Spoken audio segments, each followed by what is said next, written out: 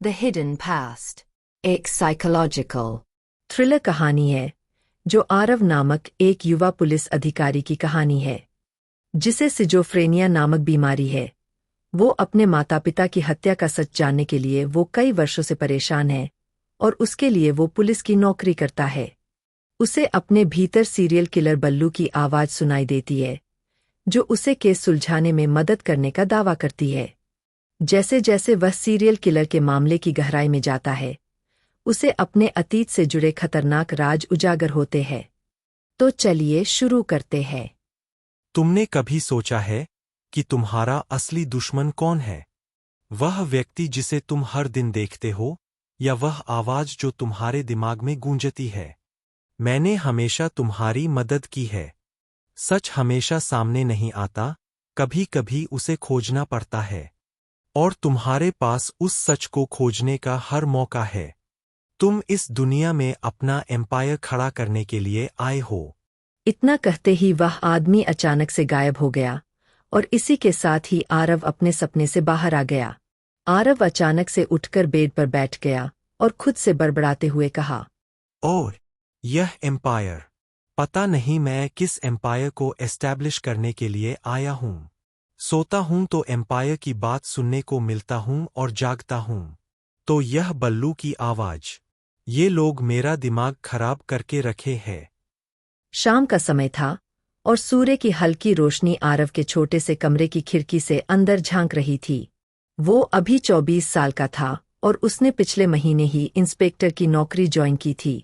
वो अक्सर police station से आने के बाद शाम में एक हल्की झांपी ले लिया करता था।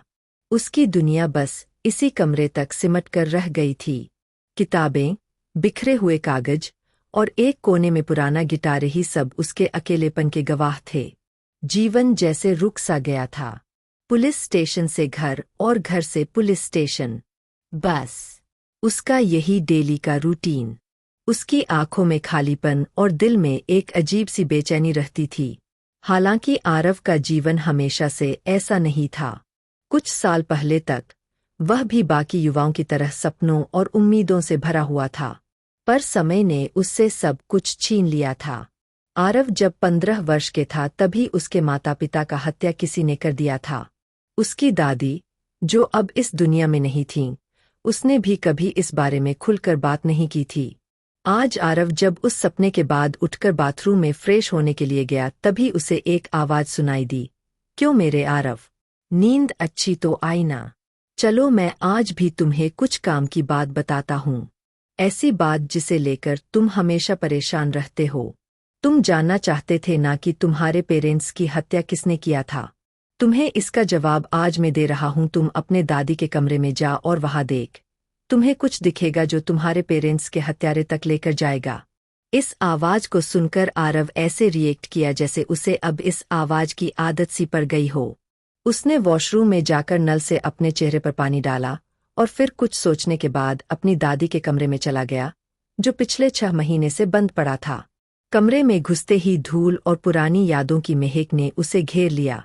अलमारी के ऊपर एक पुराना लकड़ी का बक्सा रखा था। आरव ने बक्सा नीचे उतारा और धीरे धीरे उसका ढक्कन खोला। बक्से के अंदर एक पुराना फोटो एल्बम और कुछ पीले पड़े कागज थे। फोटो एल्बम खोलते ही उसकी नजरें एक तस्वीर पर टिक गई। एक खुशहाल फैमिली की तस्वीर थी। उसमें आरव के माता पिता मुस्कुरा रहे थे। आरव ने इस तस्वीर को पहले कभी नहीं देखा था। उसने अपने पिता के चेहरे को गौर से देखा और अचानक उसकी आंखों में आंसू आ गए। आखिर उस रात क्या हुआ था डैड? मॉम, आप लोगों ने मुझे ऐसे छोड़कर क्यों चले गए? उसने फोटो को देखते हुए खुद ही से सवाल किया। तस्वीरों के साथ ही कुछ न्यूज आर्टिकल्स के कतरने पड़ी थीं। आरव ने उन्हें उठाया और पढ़ने लगा। एक न्यूज क्लिपिंग्स में लिखा था, युवा दंपत्ति की सस्पिशियस परिस्थितियों में हत्या। पुलिस ने जांच शुरू की। आरव का दिल तेजी से धड़कने लगा। उसके हाथ कांपने लगे। उसे समझ नहीं आ रहा था कि वह क्या महसूस करे, दुख, गुस्सा या हैरानी। इसके बाद आरव ने सारी क्लिपिंग्स को ध्यान से पढ़ा।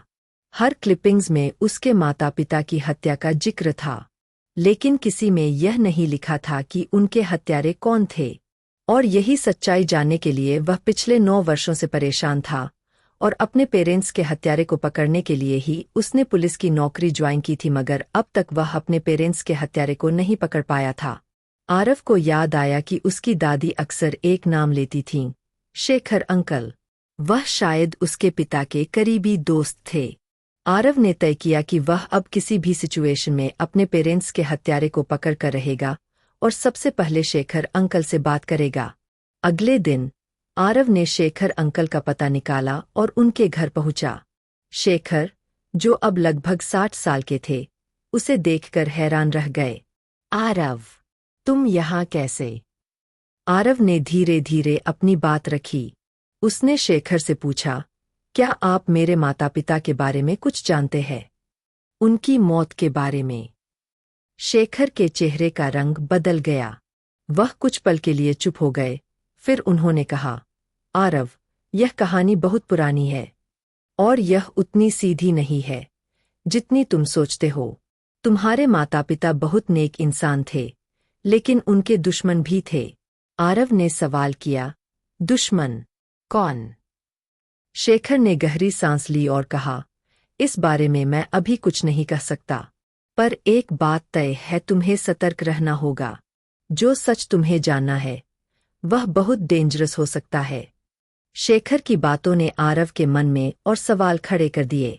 उसने महसूस किया कि यह सफर आसान नहीं होगा, लेकिन एक बात साफ थी, वह अपने माता पिता के हत्यारों को ढूंढे बिना नहीं रुकेगा वाला था। कमरे से बाहर निकलते वक्त शेखर ने एक पुरानी डायरी आरव को दी। यह तुम्हारे पिता की है, शायद इसमें तुम्हें कुछ सुराग मिले। आरव ने उस डायरी को अपने बैग में रखा और घर की ओर चल दिया। उसके मन में अब शेखर अंकल की बात गूंज रही थी कि तुम्हें सतर्क रहना होगा। अगर आपको रोमांचक और रहस्यमय कहानियां पसंद है तो हमारे चैनल मिनी स्टोरी टेलर को अभी सब्सक्राइब करें।